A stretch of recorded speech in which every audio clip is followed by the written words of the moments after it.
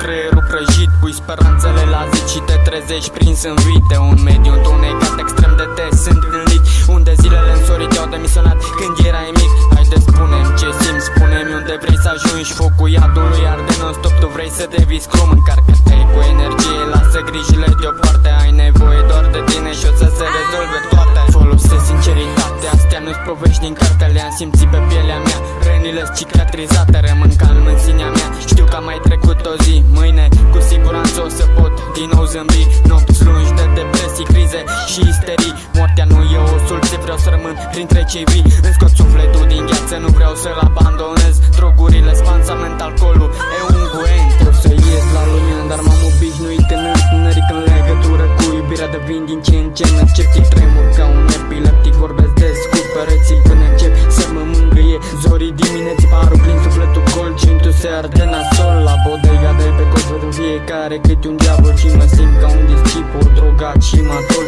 Încă moașă de forță, lumea nu mai pare rost și încerc să evadez, dar eșuiesc pe zi ce trece. Nu știu ce se petrece, dar încep să am regrete. Mă îndrept spre bătrânețe și șterg tot cu un burete. Încerc să pun punct, ăsta a fost final de poveste. Considerat psihopat, am ales să tac până m-am săturat și am pus totul pe un track, am plecat.